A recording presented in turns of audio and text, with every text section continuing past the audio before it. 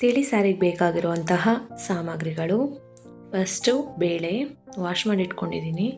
ಆಮೇಲೆ ಸಾಸಿವೆ, ಜೀರಿಗೆ ಒಂದು ಹಾಫ್ ಸ್ಪೂನ್ ಅಷ್ಟೇ, ಸ್ವಲ್ಪ ಕೊತ್ತಂಬರಿ, ಶುಂಠಿ, ಕರಿಬೇವು, ಚಿಕ್ಕದು 2 ಈರುಳ್ಳಿ, 2 ಟೊಮೊಟೊ ತೊಗೊಂಡಿದ್ದೀನಿ. ನೆಕ್ಸ್ಟ್ ಈಗ ಕುಕ್ಕರ್ ಇಟ್ಟು 2-3 ಸ್ಪೂನಷ್ಟು ಆಯಿಲ್ ಹಾಕೊಳ್ಳೋಣ. ಎಷ್ಟು ಬೇಕಷ್ಟು ಹಾಕೊಳ್ಳಿ. ಎಣ್ಣೆ ಕಾಯ್ದ್ಮೇಲೆ ಸ್ವಲ್ಪ ಜೀರಿಗೆ, ಸಾಸಿವೆ ಹಾಕೊಳ್ಳೋಣ.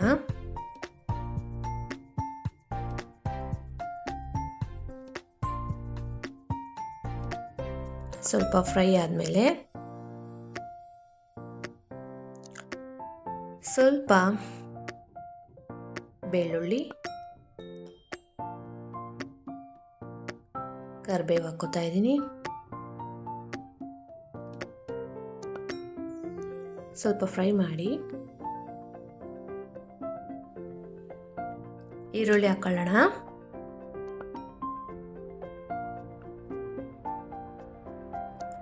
ಈರುಳ್ಳಿ ಚೆನ್ನಾಗಿ ಫ್ರೈ ಆಗಬೇಕು, ಹಸಿ ವಾಸನೆ ಎಲ್ಲ ಹೋಗಬೇಕು.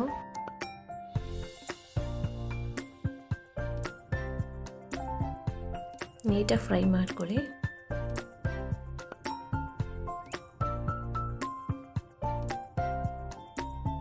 ಸ್ವಲ್ಪ ಕೊತ್ತಂಬರಿ ಹಾಕೋತಾ ಇದ್ದೀನಿ ಫ್ರೈ ಮಾಡೋಕ್ಕೆ.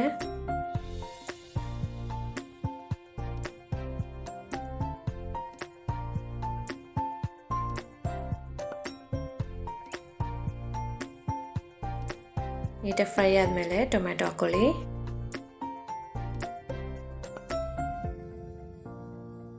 ನಾನು ಮಾಡೋ ಥರನೇ ಮಾಡಿ, ಸ್ಟೆಪ್ಸ್ ಎಲ್ಲ ನೋಡ್ಕೊಳ್ಳಿ. ನೆಕ್ಸ್ಟ್ ಅರಿಶಿನ ಹಾಕೋತಾ ಇದ್ದೀನಿ. ಸ್ವಲ್ಪ ಫ್ರೈ ಮಾಡೋಣ. ಫ್ರೈ ಆದಮೇಲೆ ಸ್ವಲ್ಪ ಉಪ್ಪು ಹಾಕ್ಕೊಳ್ಬೇಕು. ಎಷ್ಟು ಬೇಕಷ್ಟು ಉಪ್ಪು ಹಾಕ್ಕೊಳ್ಳಿ.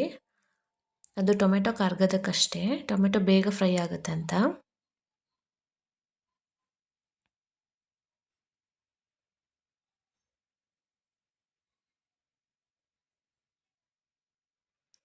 ನೀಟಾಗಿ ಟೊಮೆಟೊ ಫ್ರೈ ಆದಮೇಲೆ ಬೇಳೆ ಹಾಕ್ಕೊಳ್ಳೋಣ.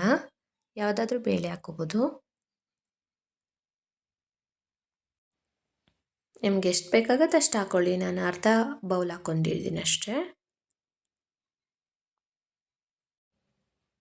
ಸ್ವಲ್ಪ ಫ್ರೈ ಮಾಡಿ. ನಿಮಗೆ ಎಷ್ಟು ಸಾಂಬಾರು ಬೇಕು ಅಷ್ಟು ನೋಡಿಕೊಂಡು ನೀರು ಹಾಕ್ಕೊಳ್ಳಿ. ಸ್ವಲ್ಪ ಧನಿಯಾ ಪೌಡ್ರ್ ಹಾಕೋತಾ ಇದ್ದೀನಿ. ಎಷ್ಟು ಬೇಕಷ್ಟು ಖಾರದ ಪುಡಿ ಹಾಕೋತಾ ಇದ್ದೀನಿ. 1 ಸ್ಪೂನ್ ಖಾರದ ಪುಡಿ ಹಾಕಿದ್ದೀನಿ. ನಿಮಗೆ ಎಷ್ಟು ಖಾರ ಬೇಕು ಅಷ್ಟು ನೋಡ್ಕೊಂಡು ಹಾಕ್ಕೊಳ್ಳಿ. ಇವಾಗ ಎಷ್ಟು ಸಾಂಬಾರಿಗೆ ಬೇಕೋ ಅಷ್ಟು ಉಪ್ಪು ಹಾಕ್ಕೊಳ್ಳಿ. ಆವಾಗಲೇ ಸ್ವಲ್ಪ ಹಾಕಿದ್ದೀವಲ್ವ, ಇವಾಗ ನೋಡ್ಕೊಂಡು ಸ್ವಲ್ಪ ಹಾಕ್ಕೊಳ್ಳಿ. ಮನೆಯಲ್ಲೇ ಮಾಡಿರೋಂತಹ ತಿಳಿ ಸಾಂಬಾರು ಪೌಡರ್ ಹಾಕೋತಾ ಇದ್ದೀನಿ 2 ಸ್ಪೂನು. ಮನೆಯಲ್ಲೇ ಮಾಡಿರೋ ಪೌಡರ್ ಇದು, ಅಂಗಡಿದಾದರೂ ಹಾಕೋಬೋದು.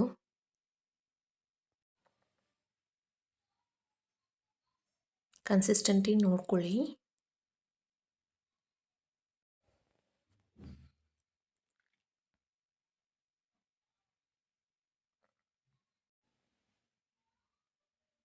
ಕೊತ್ತಂಬರಿ ಹಾಕೋತಾ ಇದ್ದೀನಿ ಲಾಸ್ಟಿಗೆ. ಸ್ವಲ್ಪ ಕುದಿಯೋಕ್ಕೆ ಸ್ಟಾರ್ಟ್ ಆದಮೇಲೆ ನೀವು ಲಿಡ್ನ ಕ್ಲೋಸ್ ಮಾಡಿ.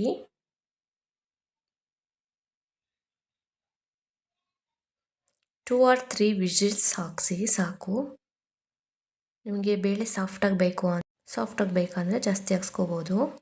2 ಆರ್ 3 ಹಾಕ್ಸ್ಕೊಂಡಿದ್ದೀನಿ ನಾನು. ಈಗ ಸಾಂಬಾರು ರೆಡಿ ಆಗಿದೆ. ವಿಸಿಲೆಲ್ಲ ಹೋದ್ಮೇಲೆ ತೆಗೀರಿ.